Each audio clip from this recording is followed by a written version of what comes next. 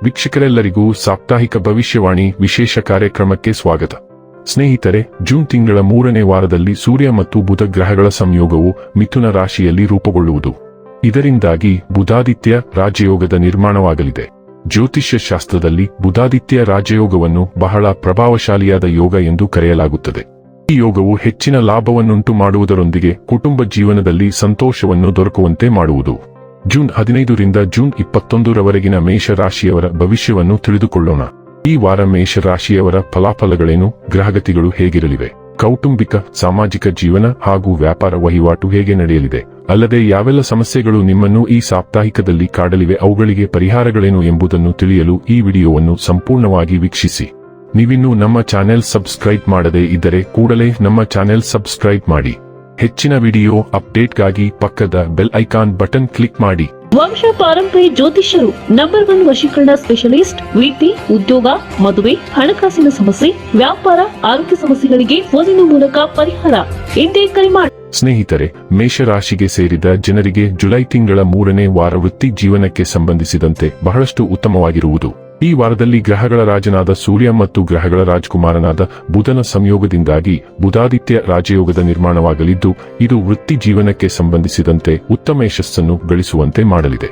ಈ ರಾಜಯೋಗದ ಸೃಷ್ಟಿಯಿಂದಾಗಿ ಮೇಷರಾಶಿಗೆ ಸೇರಿದ ಜನರು ಆರ್ಥಿಕ ಲಾಭವನ್ನು ಗಳಿಸುವುದರೊಂದಿಗೆ ಹೂಡಿಕೆಯನ್ನು ಮಾಡಲು ಅನೇಕ ಶುಭ ಅವಕಾಶಗಳ ಪ್ರಾಪ್ತಿಯಾಗುವ ಯೋಗ ದೊರಕುವ ಸಾಧ್ಯತೆ ಕೂಡ ಹೆಚ್ಚಾಗಿರುವುದು. ಈ ವಾರ ನೀವು ಸಾಕಷ್ಟು ನೆಮ್ಮದಿ ಹಾಗೂ ಸಂತೋಷವನ್ನು ಹೊಂದುವಿರಿ. ಗುರು ಗ್ರಹ 4ನೇ ಭಾವದಲ್ಲಿ ಇರುವುದರಿಂದ ಈ ವಾರ ನಿಮ್ಮಲ್ಲಿ ಧಾರ್ಮಿಕ ಪ್ರವೃತ್ತಿ ಬೆಳೆಯುತ್ತದೆ. ಇದರಿಂದ ನೀವು ನಿಮ್ಮ ಆತ್ಮೀಯರು ಮತ್ತು ಸ್ನೇಹಿತರೊಂದಿಗೆ ಯಾವುದೇ ಧಾರ್ಮಿಕ ಸ್ಥಳಕ್ಕೆ ಭೇಟಿ ನೀಡುವ ಯೋಜನೆ ಮಾಡಬಹುದು. ಅಲ್ಲಿ ನಿಮಗೆ ಯಾವುದೇ ಸಂತಸದಾತ್ಮರ ಆಶೀರ್ವಾದ ದೊರೆಯಬಹುದು. ಇದರಿಂದ ನಿಮಗೆ ಮಾನಸಿಕ ಶಾಂತಿ ಸಿಗುತ್ತದೆ. ವಾಹನ ಚಾಲನೆ ಮಾಡುವವರು ಈ ವಾರ ವಾಹನ ಚಲಾಯಿಸುವಾಗ ಹೆಚ್ಚಿನ ಎಚ್ಚರಿಕೆ ವಹಿಸಬೇಕು. ಫೋನ್ನಲ್ಲಿ ಮಾತನಾಡುವುದು, ಅತಿವೇಗದಲ್ಲಿ ವಾಹನ ಓಡಿಸುವುದು ಮುಂತಾದ ಟ್ರಾಫಿಕ್ ನಿಯಮ ಉಲ್ಲಂಘನೆಗಳಿಂದ ಭಾರೀ ದಂಡ ವಿಧಿಸಲ್ಪಡುವ ಸಾಧ್ಯತೆ ಇದೆ. ಇದರಿಂದ ಹಣದ ನಷ್ಟವಾಗುವುದರ ಜೊತೆಗೆ ನಿಮ್ಮ ಸಮಯವೂ ವ್ಯರ್ಥವಾಗಬಹುದು. ಈ ವಾರ ಅನೇಕರು ದಿನಪೂರ್ತಿ ಪಾತ್ರೆ ತೊಳೆಯುವುದು, ಬಟ್ಟೆ ಒಗೆಯುವುದು ಮುಂತಾದ ಮನೆ ಕೆಲಸಗಳಲ್ಲಿ ತೊಡಗಿಕೊಳ್ಳಬಹುದು. ಇದರಿಂದ ಅದು ತುಂಬಾ ಕಷ್ಟಕರವಾಗಿ ಅನುಭವವಾಗಬಹುದು. ಆದ್ದರಿಂದ ನಿಮ್ಮ ಸಮಯವನ್ನು ಉತ್ತಮವಾಗಿ ಬಳಸುವ ಯೋಜನೆ ಮಾಡುವುದು ಅಗತ್ಯ. ಇಲ್ಲವಾದರೆ ಮನೆ ಕೆಲಸಗಳಿಂದ ಬೇಗ ಬೇಸರವಾಗಬಹುದು ಮತ್ತು ನಿಮ್ಮ ಸ್ವಭಾವದಲ್ಲಿ ಸ್ವಲ್ಪ ಕಠೋರತೆ ಕಾಣಿಸಬಹುದು. ನೀವು ಹಿಂದಿನಿಂದ ಪೂರ್ಣಗೊಳಿಸದೆ ಉಳಿಸಿಕೊಂಡಿದ್ದ ಕೆಲಸಗಳನ್ನು ಈ ವಾರವು ಪೂರ್ಣಗೊಳಿಸಲು ವಿಫಲರಾಗಬಹುದು. ಇದರಿಂದ ಮೇಲಧಿಕಾರಿಗಳಿಂದ ಮತ್ತೆ ಟೀಕೆ ಕೇಳಬೇಕಾಗಬಹುದು. ಇದರಿಂದ ಮಾನಸಿಕ ಒತ್ತಡ ಹೆಚ್ಚಬಹುದು ಮತ್ತು ಕೆಲವು ಕೆಲಸಗಳನ್ನು ನಿಮ್ಮಿಂದ ತೆಗೆದು ಬೇರೆ ಸಹೋದ್ಯೋಗಿಗೆ ನೀಡುವ ಸಾಧ್ಯತೆ ಇದೆ. ವಿದ್ಯಾರ್ಥಿಗಳಿಗೆ ಈ ವಾರ ಸಾಮಾನ್ಯವಾಗಿ ಕಡಿಮೆ ಉತ್ಸಾಹದ ಸಮಯವಾಗಿರಬಹುದು. ಇದರಿಂದ ಅಧ್ಯಯನದಲ್ಲಿ ಮನಸ್ಸು ತೊಡಗುವುದಿಲ್ಲ. ಜೂನ್ 3ನೇ ವಾರದಲ್ಲಿ ಮಿಥುನ ರಾಶಿಯಲ್ಲಿ ಪ್ರಬಲವಾದ ಅಮಾವಾಸ್ಯೆ ಇದ್ದು, ಇದು ಹೊಸ ಅಲ್ಪಾವಧಿಯ ಉದ್ಯಮವನ್ನು ಪ್ರಾರಂಭಿಸಲು ಅಥವಾ ನೀವು ಹಿಂದೆ ಬಿಟ್ಟು ಹೋದದ್ದನ್ನು ಪುನರಾರಂಭಿಸಲು ಸಾಕಷ್ಟು ಕಾರಣವನ್ನು ತರುತ್ತದೆ. ಅಮಾವಾಸ್ಯೆ ಹೊಸ ಆರಂಭಗಳನ್ನು ಸೂಚಿಸುತ್ತದೆ. ಆದ್ದರಿಂದ ನೀವು ಬರವಣಿಗೆ, ಬೋಧನೆ, ಪ್ರಕಟಣೆ ಅಥವಾ ಮಾರಾಟಕ್ಕೆ ಸಂಪರ್ಕ ಕಲ್ಪಿಸುವ ಹೊಸದನ್ನು ಖಂಡಿತವಾಗಿಯೂ ಪ್ರಾರಂಭಿಸುತ್ತೀರಿ. ಸಣ್ಣ ಪ್ರವಾಸಗಳು, ಆನ್ಲೈನ್ ಮತ್ತು ಆಫ್ಲೈನ್ ಸಭೆಗಳು, ಒಡಹುಟ್ಟಿದವರಿಂದ ನವೀಕರಣಗಳು ಮತ್ತು ನೀವು ಸಮುದಾಯ ಕಾರ್ಯಕ್ರಮಗಳಲ್ಲಿಯೂ ಭಾಗವಹಿಸುತ್ತೀರಿ. ಈ ವಾರದ ಪ್ರಮುಖ ಭಾಗವೆಂದರೆ ಕೌಶಲ್ಯವರ್ಧನೆ. ಆದರೆ ಅಮಾವಾಸ್ಯೆಯ ಪ್ರಭಾವ ಮುಂದಿನ 6 ತಿಂಗಳವರೆಗೆ ಇರುತ್ತದೆ. ಆದ್ದರಿಂದ ಅಂತಹ ಅವಕಾಶಗಳು ನಂತರವೂ ಬರುತ್ತವೆ. ಮಂಗಳ ಗ್ರಹದ ದೃಷ್ಟಿ 6ನೇ ಮನೆ ಮತ್ತು 10ನೇ ಮನೆಯಲ್ಲಿ ಬೀಳುವುದರಿಂದ ನಿಮ್ಮ ಕೆಲಸದ ಸ್ಥಳವು ತುಂಬಾ ಕಷ್ಟಕರವಾಗಿರುತ್ತದೆ.